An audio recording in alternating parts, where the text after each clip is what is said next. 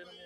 Welcome to the second episode of TOD Podcast, broadcast through Intellectual Radio. Once again, I'm Gary, aka G Moon, and fellas. Raphael, aka Ralph G. Leonardo, aka Big Lee. Victor, aka Vic Taylor, aka 47. I got a million AKAs, so yes, sir. It's your favorite guy, son, Keith. So, or Chill, or Chili Willy, or Chile. I done heard about 20,000 nicknames at this point. So, all right. But let's get it. Oh yeah, let's go. What we gonna do right here is go back, way back into time. Origin stories, fellas. So, a couple people were asking, how we all came to be, how this came to be, how we all met. And what one thing I remember in particular is me and Gary over there, me and G Money. That was all the way back in third grade when he popped up on the scene straight from Cali. He wasn't a banger or anything back then. This is young. We was super young, so wasn't none of that. But yeah, Gary way back in third grade. That's how we met up. Yes, sir. And then Gary ended up bringing. Well, no, we kind of knew Roz already too, because he was at Wentworth. He was in grammar school with us. Yeah, we was all in Wentworth, so running through the read and learning little scores and all that. Accelerator reader was a mom. Yeah, it was. And then after that, high school pretty much. That's when the rest of the team kind of came together, was during high school. So Gary, you want to run that through for him, because Gary kind of met everybody individually, and then after that, it kind of connected the dots. I think Lee actually got a good story on how we connected. Yeah, so in high school, I forgot what class it was, but me and Gary, we had a class. I'm not even sure what year or grade we was in, whether it was 9th or 10th grade. I know we was still young. But me and Gary had a class, man, and G Money here, man. G Money, man, he's hollering at this female, man, and came around that the female wanted to talk to me. So Money approached me, and let me know that, hey, man, she wanted to talk to you. So me and Money shook up on that, and I got to talking to her. And then from there, me and Money had several other classes, study hall and a few other classes. Mm-hmm. And so we met like that. So from that point on, Gary introduced me to one of his right-hand mans, which was Keith Chilton. And I realized that Keith My stayed. whole last name? The last name? AKA Chili Willy, right? That's what he said. Hey, so we ended up meeting Keith, and he ended up still staying 2 blocks away from me. So from there, we got to hooping. I met Keith. We got to playing ball. He had a rim in the backyard. And I brought the squad with me. First of all, it ain't that simple. No, it ain't that simple. So we linked up, and then the next time when we linked up solo without Gary, he was like, "Oh man, you only 2 blocks away. You want to come hoop?" I'm like, "Cool, come hoop." He come over, and he got 6 people with him, 5 or 6 people. He didn't even tell me that was coming. He just 5 or 6 people. I'm like, "Who is all these dudes, man? Like, I don't know these dudes." And it was everybody, and we just kind of hooped from there, and kind of, it went well, but I ain't know, it's the second time meeting him. I'm like, man, I have to steal off this dude. He won't even ask permission. I never liked y'all. y'all was corny to me. Okay, yeah, that's go ahead, little bro. Because Ralph was always around since Ralph and Lee is brothers, so he was always around. I want to say Ralph really started coming in though. Probably about right after high school, it really started to kind of break from his your group, so to speak, and kind of come into our group a little bit more. Just because we only like 12 months from you, 12 months apart. I think a year, a little over a year. A little over a year, yeah. So that's how it go. I don't even know how Vic. I'll be honest. I think he was just at the crib one day. No. Hey, so Vic was one of the guys that was brought to your crib to hoop. So we got a different backstory of how we met Vic. Yeah. So Vic, my man Tony, my man Damo. So I met them when I was living in Harvey. So I was living in Harvey. I was in 7th, 8th grade at that point. But around that time, as I was staying in Harvey, I met Tony and Dominique. They was staying 2 houses down. So they was outside playing football, throwing football, playing catch, killer man, things like that. And so me and Lil Bro Ralph, we would go out there and play with them. So we met them. And so then from there, they introduced us to Frank. They introduced us to Vic, a few other guys from Harvey. Yeah, And that's how Hardware. that's how we got in tune with Vic and Frank and them that was going to Thornton and Maya Angelou and Angelo. and all them schools out there.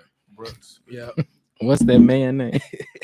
Dr. Jordan. Dr. Jordan. Yeah, everybody was at Dr. Jordan house. Everybody used to kick it at Dr. Jordan house, man, out there in Harvey. Yeah, Vic, honestly, you didn't live too far either. I mean, we were all in Cal City, pretty much. Yeah, all around the same time. You know, trying to put Cal City on the map. You know, we was all in Cal City. That's back when Cal City was a nice place to be. Yeah, I don't know about now. I mean, I done been there several times, just delivering. It ain't what it used to be over there. For sure. Yeah. So that's a little backstory of how we all met, and through the years we just been growing and bonding, and we grew a tight knit, close brotherhood, and that's continuing to grow as we grow and change and become better men. So Definitely. Now we all had somewhat of a similar household upbringing though. At least I think so. Like I grew up single parent home. Dad wasn't there. Just mom. And I want to say it's pretty much around the room. It's kind of similar. Right. Y'all want to touch on that? Yeah. So same here. Single. Yeah, same here. Single parent home. I would say up until I had to been maybe like 16, 17 when my mom and pops got married. So my mom got married when I was about 17. So I didn't have a man figure in my life until then. So by that time I was already doing my thing. I was already established as far as what I wanted to do in life. I just didn't see that from a man point until I turned about 17. So yeah, that's about it. Yeah, well, yeah, pretty much the same thing. Man. You know, me and little bro, my two sisters, we was raised in a single mother household. Shout out to Mama Dukes. Shout out Mama. Shout out Mama Dukes. But yeah, you know, Mama held it down, man, for a while. You know, we grew up. My father, he was there, you know, through childhood. You know, he wasn't there like, you know, I would like them to be. But I mean, he showed up. You know, he delivered. You know, when he could. It was more so, and it was my adolescent stage and high school years where, you know, he kind of, you know, vanished and did his own thing. But, you know, overall, you know, Mama Dukes held it down. How you feel about it? We got the same story, brother. You know. Excuse me. My situation was slightly different. I bounced around a little bit. At first, I was actually living with my auntie through high school, and she taught me a lot. She definitely taught me a lot growing up. Even as far as being a man, she taught me a lot because she stayed on me. Yeah, I learned how to pray from your auntie. Yeah, she kept me in church too. Outside of that though, transitioning from high school, I ended up moving in with my godmother. Shout out to mom. Shout out to moms and my auntie. Shout out to mom. And I moved with my godmother, and she transitioned me into life. You know, school is this, bills is this, financial literacy is this. My godmama the one set me up for life. So I definitely appreciate them both. Wouldn't be here without y'all. Yeah.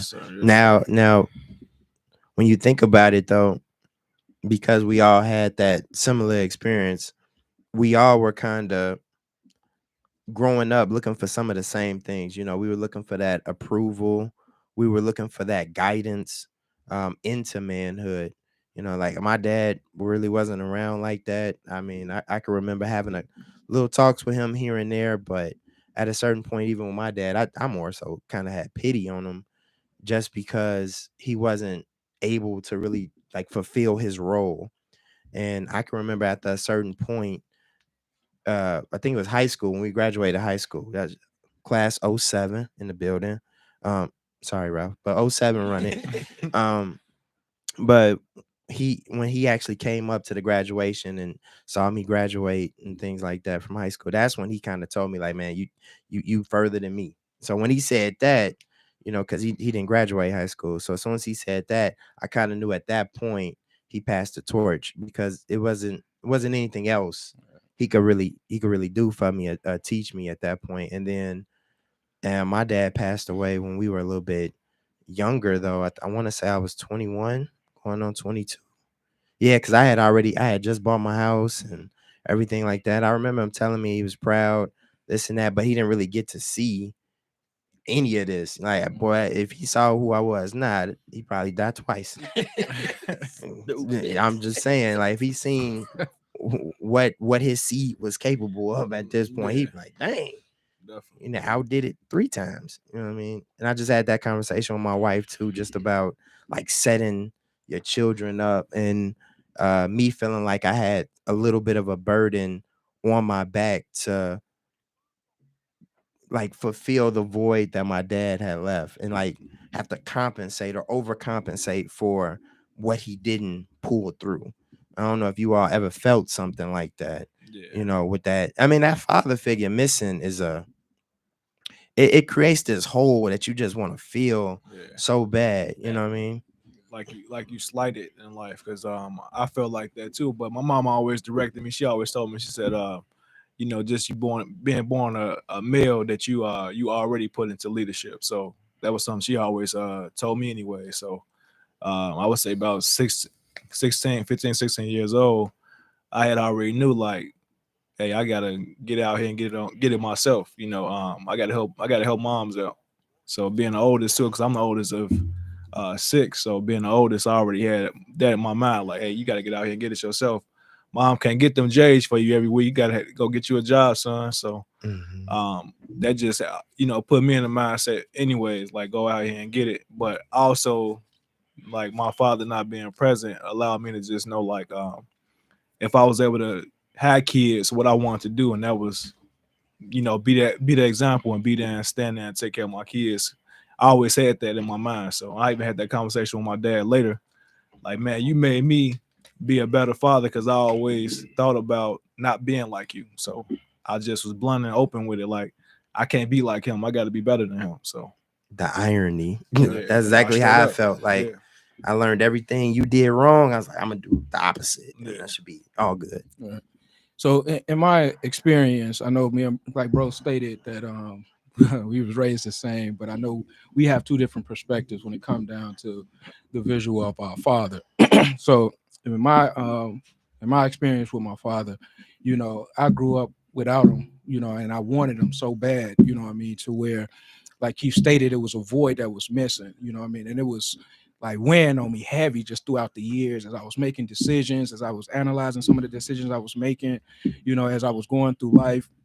And I was falling short, praying and doing things like that. And all I would, think of is like, if I had my father, I wouldn't have made this decision, or if he was there to kind of guide me through a specific process, things like that, I'd be better, than the next. Until I realized I got to a point to where the tables turned. And when the tables turned, it was more so of now my father, he in need of me.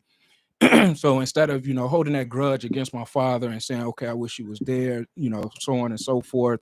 And, I wish you could have been there when, when I needed you the most. However, I get the opportunity now, my father, he's 89. So when he had me, he was 50. But now I get the opportunity to now have those conversations with him, to decide on, like what happened, what I mean, like what made you make some of those decisions.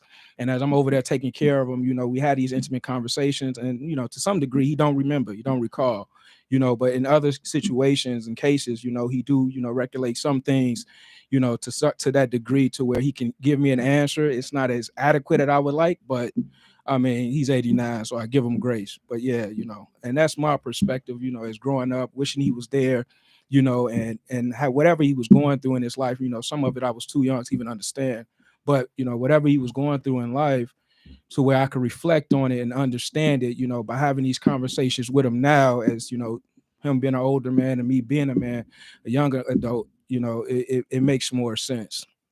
Now, as we transition, I know, little bro, you got a different perspective, or how you feel. Like, we was raised the same, bro. We was raised the same.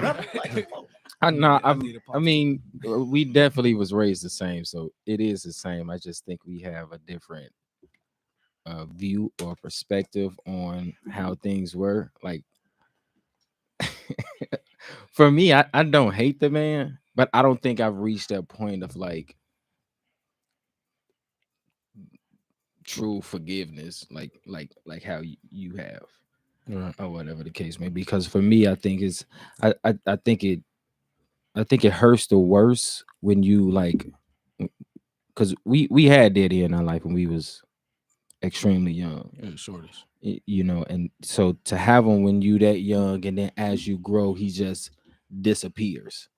Like, I think it'd be easier to deal with if I'm not gonna say easier, but easier to accept if you like never had your father or whatever, or if he was someone that was like in and out or whatever the case may be. But to have him and then he just disappears, I think for me that's a little bit tough, because it's like, what was your reasoning? And when we talk to him now, we can't get it, like he just said, we don't get an adequate answer. I don't remember. He don't, you know what I'm saying? Not to say that he don't remember, he just doesn't give an adequate answer. So it's, I mean, for me, I don't think I've reached that point of like real forgiveness. But You think you ever can? I mean, I think I will. I don't know when. Yeah. No, I mean, we had conversations, and not to indulge too much on what that man told me, but yeah, you know, like that still bothers me, right? Mhm. It's like, that's all I get. That's what you tell me. that was it. That was it. Okay. Now Lee, on the other hand, like when he had the conversation with Pops, you know what I'm saying? Pops was able to tell him, like, I'm proud of you. I've never received that. Y'all know what I received. Yeah. So so at this point, it's just like, I don't think I ever will, man. I just accepted what it is and how it is. So my take on that with him, you know, informing me of him being proud of me, I feel like my dad had a negative connotation towards upbringing. So I felt like, you know, mentally he felt like that we wasn't going to amount to too much or nothing, you know, that, you know, just because of our environment and how we was raised, you know, suspended from school. You know, I never forget, you know, when Pops, I got suspended, I was like in 4th grade, suspended for fighting, and he like didn't know how to take it. You know, he like, Sonny, like, you know, like I just, you know, like we went to jail. Tarnish, yeah, like that's how he took it. You know, so I felt like he always had this in his mind that, you know, we you know, growing up in the south side of Chicago, you know, we was going to Chicago public schools, that he was just like, you know, nah, man, you know, they may not amount to anything. So when I actually proved it to him, you know, and I think it was just because I out earned him. When I proved it to him that I became someone, you know, it was like, oh wow, you know, it wasn't like a, oh, Sonny, I always knew you could do that. You know, it was more sort of like, damn, you know, like, Yeah, he set the bar low. Yeah, he you know, set like, the bar low for y'all. and so that's how it was. So that's when it came about, like, oh, you know, yeah, Sonny, I'm proud of you. You know, and then since he never was there to have conversations, so, you know, as we growing up, we have conversations, you know, and then as you get older, you know, your level of intellect get to changing and evolving and developing. And so when he met me from, you know, a childhood to now a young man, he's like, you know, he only got the pacified or the baby side of, you know, the conversations that we would have until I became a young man or adult. And then he was, oh wow, you know, he was shocked. And that's where the, you know, I'm proud of you came from at that point. So it just sounds to me like everybody, I mean, all of us here being men, and then also you know, the impact of having our fathers, what we really looking for or was looking for was a level of acceptance. Right. So I mean that speaks measures on whether it's a girl and her father, you know, and, you know, boy and their father, so on and so forth, but just a level of acceptance that we all look for. So Yeah, I can agree with that. My situation is kind of similar to Leon Rouse, because my daddy was around when I was a shorty. So I want to say up to like maybe 1st or 2nd grade, he was around on a consistent basis. And then I'd be lying if I say he was never in the picture, but it's like he kind of started to work with me from a distance. So it's like you would just send money every week, but I stay with my grandma now. Or, you know what I'm saying? You would come visit, but now I stay with my auntie. Or you'll help out with this and this and that, but now I stay with my godmama. You know what I'm saying? Then I ended up moving out on my own at like 17 to 18.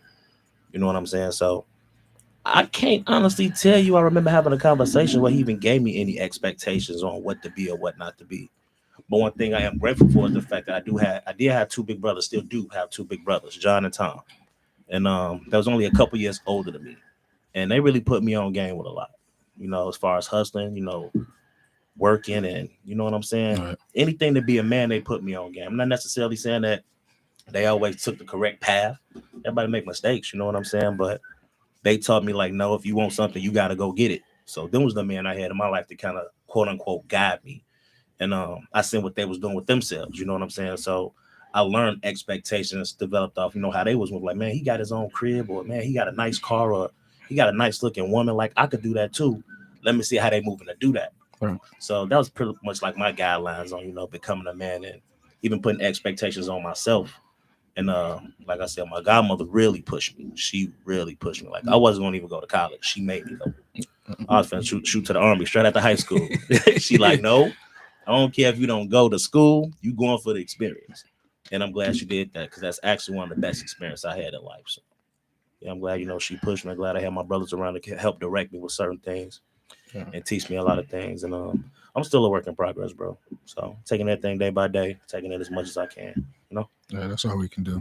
Yeah, I gave him that nickname just so everybody know that. Just because we was running around so much, from, like I say, from third grade on, and watching New Jack City and stuff like that. And it was like Nino Brown and G Money, and I was like, yeah, G Money, that Why G you Money. get to be Nino?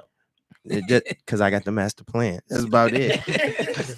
I mean, I ain't got the hue and the skin tone. You know what I mean? That was the only thing. But was wishing.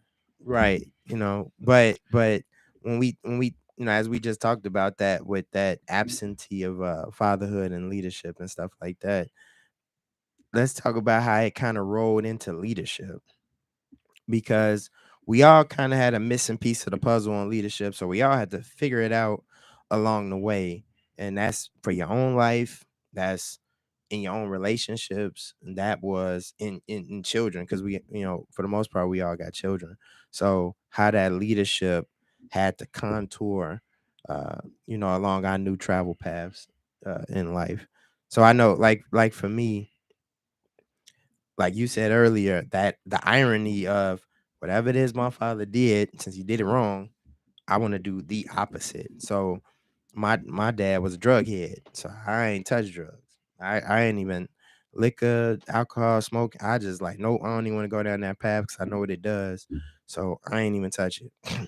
So even now as a grown person, I mean, I've tried a little bit of this, a little bit of that, but overall, y'all know I don't do it. You know what I mean? So I mean, that was, I guess, one of the, plus I made a promise to the Lion and the Dare program, to make sure I stay away from drugs too.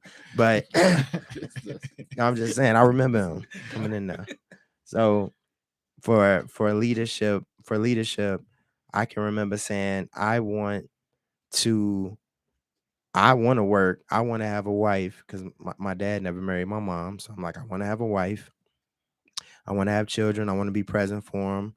I want to obtain all of that stuff that he never did. So when I look at the leadership that I've had to demonstrate to them, and granted, I've needed grace along the way, because it didn't come easy by no means, but going to school, reading books, that was a big advocate for me, was being able to read books, being able to gravitate to any mentor I could find. We did the Leaders of Tomorrow program with the alphas and things like that, and being able to hear that, like, that was a real positive experience. I remember they came into TF North. It was like maybe 10 of us, some guys here at the table, but it was other people too at our school, and we all did that program and checked out on some colleges, and we had little workshops and things like that, and that was like sophomore year of high school, I want to say. Yeah, that was a real positive experience, just to see a lot of other Black men saying, hey, no, this is what it looked like if you want to go X amount, of miles into the world. So that always resonated with me. I was like, oh yeah, if they could do it, like you say with your cousin, I could do it too. Okay, it's other people out here, that's not like my dad, that's out here doing it. So that's how that ran through. Yeah, I would say for me, that leadership was, like I said, my mom. Being raised, in a single parent household, my mom always always had these conversations, and the conversations always was like, okay, son, so what do you actually want in life, or what do you desire? And so being a father, having a wife, being married, that's a conversation once I had with my mom. I had to been like maybe a freshman in high school, so she had already knew, like established in my mindset was to already take on that role. Other than that, being raised up in the church, so having God being in the forefront of my life, I always know that, cleave your wife, you leave you leave your home from your mother, you separate yourself from your mom, and you cleave to your wife. So just having that as a guideline or instructions for my life and how I wanted to be, that was something that was always taught to me. So my dad just being the way he was, my mom always directed me, hey son, God, you can't do nothing without God. So just early being established up in the church, that always was pointing me far as how things supposed to go. So that leadership part is something I'm still working on, far as I got 4 girls, so I'm in a house full of women and estrogen and so on and so forth. So everything that goes on in the house, I had to show up and and acts of service, as far as everything. So excuse me. But yeah, that part right there is something I'm still working on, because hey, I gotta get that boy in there to kind of level this playing field. But for the most part, that leadership was always something that was taught to me, and always pushed in my direction. Let me know, hey son, you got this. You a man. You gotta take on that responsibility, and can't nobody else do it, because hey, you a man child. You was born to be in that position. So take what's rightfully yours. It's funny you say that, because I didn't grow up in the church. I know a lot of people look at me now like I'm like this church boy, but I didn't grow up in the church at all. Hearing you say that, I'm like, yeah, I didn't grow up in the. This is just something my life changed later on, and I kind of was able to experience the spirit, but I did not grow up like that at all. I mean, you like, once again, be raised in a single parent home, no father that's around. How are you going to keep your kids grounded? What you going to show? What are you going to bring to them to show, hey, the outside world going to eat you up, but hey, this is something that can establish you and give you principles and give you guidelines in life. Definitely And a form of good discipline. right. So hey, I got to get all these kids here, because I can't do it by myself. So that was something my mom always say, I can't do it without God. Hey, we all we got. So she made sure she kept us in church. And hey, I was in church at 10 years old. So in the very same church that I'm a member of now. So 27 years now, I've been the same church. So Nice. So in my prior experience, as we transition, we talk about leadership. So my first, I guess, endeavor of leadership was the BPA program in high school. And so that was a kickstart of leadership. So I kind of knew from that program, not necessarily what it took to be a leader or a great leader, but I knew some of the concepts and some of the attributes that a man needed to have, right? And I know communication is one, being humble is another, controlling your emotions is another. And not saying I learned all these traits within the BPA program, but they set some ground rules to where to become a dedicated leader or a decent leader, you have to develop these skills, and a lot of times to develop some of these leadership skills is you have to go through certain experiences. It's not really a class or anything that you have to follow, to become an accurate leader or a disciplined leader, but it's more so going through experiences, put yourself through things. So I also had 2 different mentors. And so when I was younger, I would go out to college with these guys, stay in the dorm room, play video games when we were shorties. But they actually mentored me because they had the education, and they was in a lot of leadership positions as I watched them grow to be older men in life. And so I looked up to them heavily, and I would sit down with them. I would discuss relationships with them. I would discuss employment. I would discuss fun, all type of conversations with these 2 individuals that kind of guided me, and a lot of times they would tell me, like, you just have to experience, you have to put yourself out there, to develop these type of skills. and it's come down to like having conversations or speaking in front of a group of people. Sometimes that triggers nervousness or anxiety, but you have to constantly do it to develop the comfort of being in that position. Even sitting amongst the group of men I'm sitting amongst, and just tasking out or delegating tasks amongst each other, like that's a trait of a leader, more so, if not necessarily wanting somebody to follow you, but building up the trustworthiness to where they would follow you because they know what you're talking about, or they feel like you adequate in what you do. So I put myself in a few I put myself in a few different positions. Who's been tapping? Been beating the table up the whole time. I put myself in a few situations too where I forced myself to develop those different traits to become a great leader.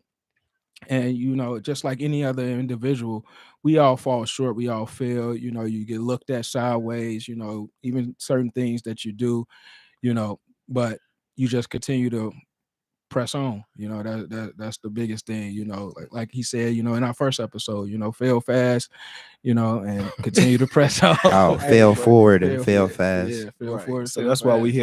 we here to keep everybody accountable. So you see Oh, that yeah, little nervousness and a little shaking. Yeah, you got it. Yeah, I agree with that. I think my examples of leadership, like I said, I had two decent examples. My brothers, we was young, but they definitely gave me a kickstart. Then going into high school, that BPA program was lit, and it definitely gave me a lot of tools, to progress and becoming an adult, Definitely. things of that nature. Outside of that, I would say trial and error, bro. Like you said, it's all repetition to sharpen your skills on becoming a better communicator or even a better employee until you become, the boss. You know what I'm saying? It's all trial and error. Yeah. But over time, I think I've been doing an okay job at it. Hold on. I ain't saying I'm perfect, but I'm working though. I'm working. Look, he gonna repeat that again. We're gonna say it real low so can't nobody hear it. I'm working. Man, so you keep shouting out your mom. It made me think, shout out my mom, because my mom held it down. My mom was a teacher, police officer.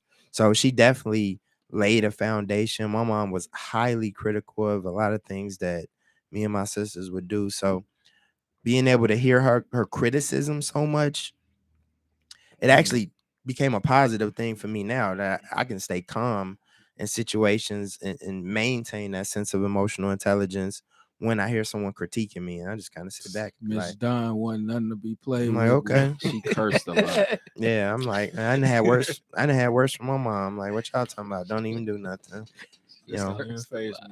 Other than that, I mean, being at UPS, being in management, and it's going on 18 years now, and I've been in that management position for all of these years. That has tremendously advanced me, just to be in a position with people at the time that were always older than me. It was rarely anybody younger than me, and have to find ways to create solutions and keep the peace and all those things. So I learned that, man, that I would say that heavily advanced my leadership skills over the year. And I began to really learn, like, excuses.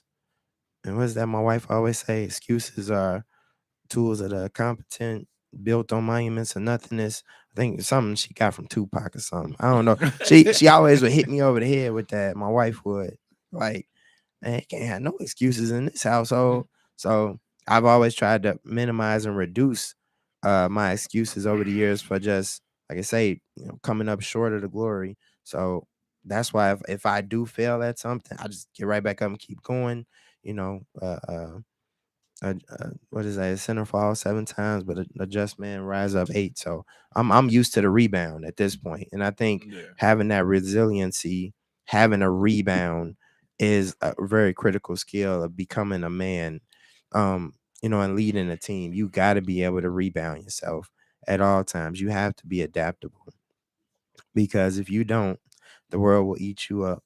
No, and I mean, like, when I say the world eat you up, I'm talking about your girl will eat you up, because, boy, your girl, I ain't gonna say she waiting on you to fall, but any of your indiscretions your lady may end up using it as a cover for herself. So you got to be careful on what you fall short at, because she's going to use it as well in her when she falls short.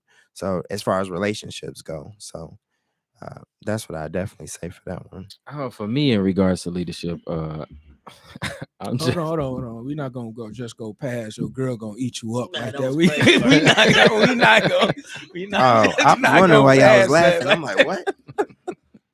Hey, we gonna stop on that, pause, and then we gonna let my We'll come mans back. go, but we not gonna. that was tough.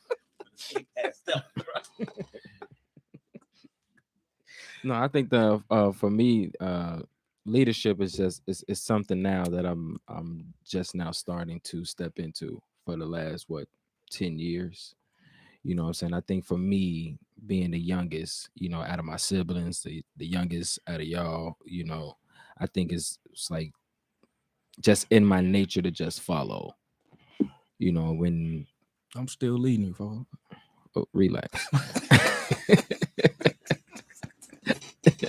So in the past 10 years of my life, I've been trying to break out of that and just lead the best way I can, make my own decisions. You know what I'm saying? But when you grow up in an environment where it's just like, okay, like the mentors you was just talking about, they taught him, and for me it was follow your brother, do what your brother do.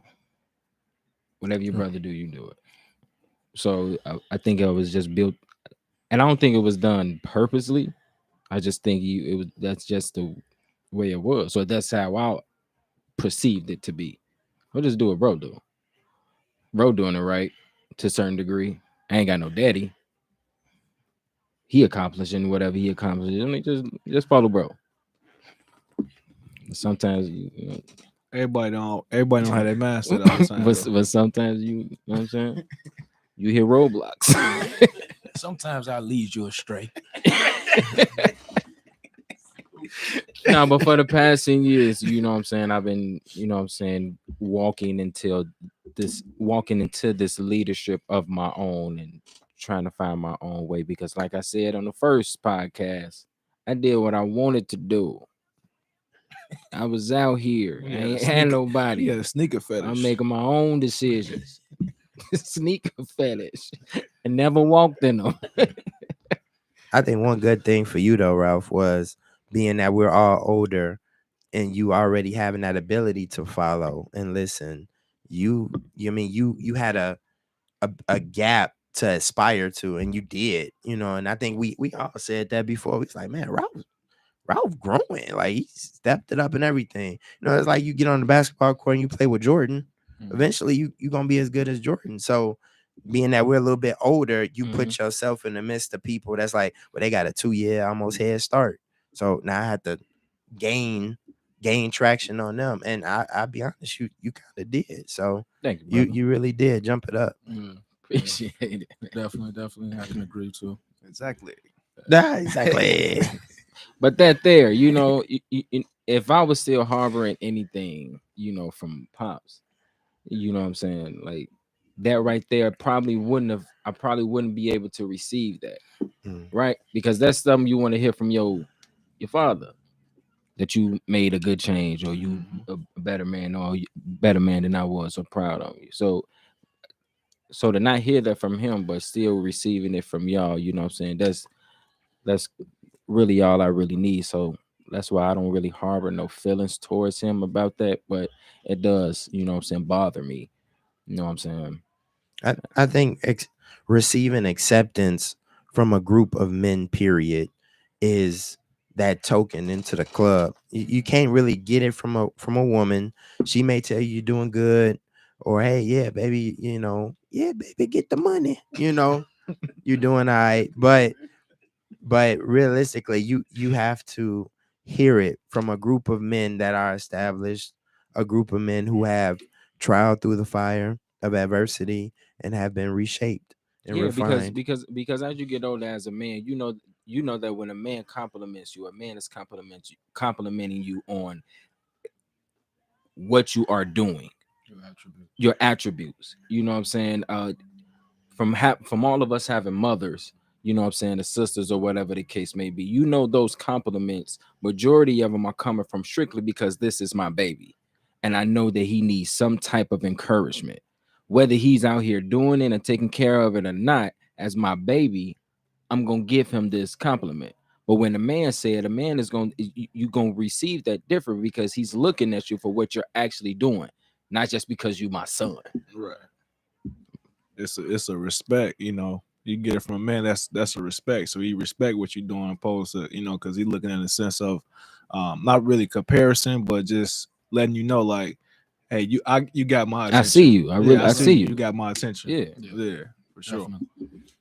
Yeah, and then you take that from them, and then you mold that into your own form of leadership, and then you have to carry it on to the next wave of young men. You know, I think if any of us have come in contact with any younger, you know, black men, you kind of pay it forward. Like, hey, bro, you know, I see what you did. You could have went to that party, you didn't go. You had a little awareness to you, not to get in trouble and stay out. I mean, because we got younger brothers, we got younger nephews and things like that. So I definitely encourage all men, as you go through that fire, pay it forward, because the younger men that are coming up behind us, they looking for it. Even if they don't say it, they looking for it, and they definitely need that guidance. So everybody should pay it for it, you know, at some point. So as I think we have 5 minutes left. If we go through our closing, we're just going to go ahead and wrap up. We got an outro on. Well, to end this, I would like to say briefly, I wanted to do this last episode, but we ain't have time, but we're gonna try to do it fast. What's y'all takeaway from this episode? From what y'all gained as fathers, from our fathers, or how would you, what's the differences that you're instilling in your own children? Well, I mean, since we only have 5 minutes, I mean, just to give you a quick answer. Just quick, real quick. Well, since we all came from similar backgrounds, we all have took different paths, you know, whether it's a path of religion, a path of leadership. We all have different, we all take different paths, but we all came from the same background. So, you know, don't limit yourself, you know, to the being the sky's the limit based on your background or your past experiences. I can say that. Okay. I would say just keep showing up, and you know, when you have opportunities to show up, make sure you show up, because even when you feel like you're doing everything you're supposed to do, if you get a request to show up and you show up, that's way more than what you thought you've been doing. So if you show up in those moments, man. Keith, I would tell any young man, or I tell my son, it's easy to do wrong and it's hard doing right. But if you do right, it'll last a whole lot longer than you doing wrong.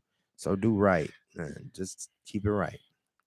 Yeah, my takeaway is wait a minute. Yeah, go ahead. Whatever, bro. Yeah. My takeaway is it's never too late as long as you're willing to do the work. You know what I'm saying? It's never too late. Do the work, like you said, Vic. Show up, show out.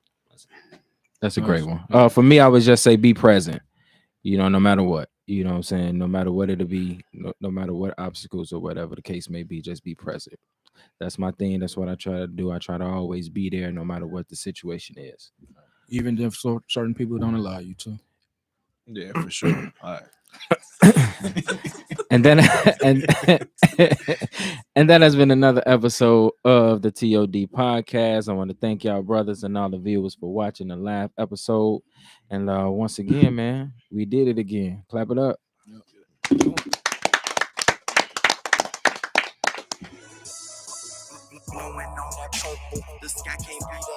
Savant technology, you know, we're gonna keep them rolling. A great episode, second episode, more to come. Blowing on that loud on our way to the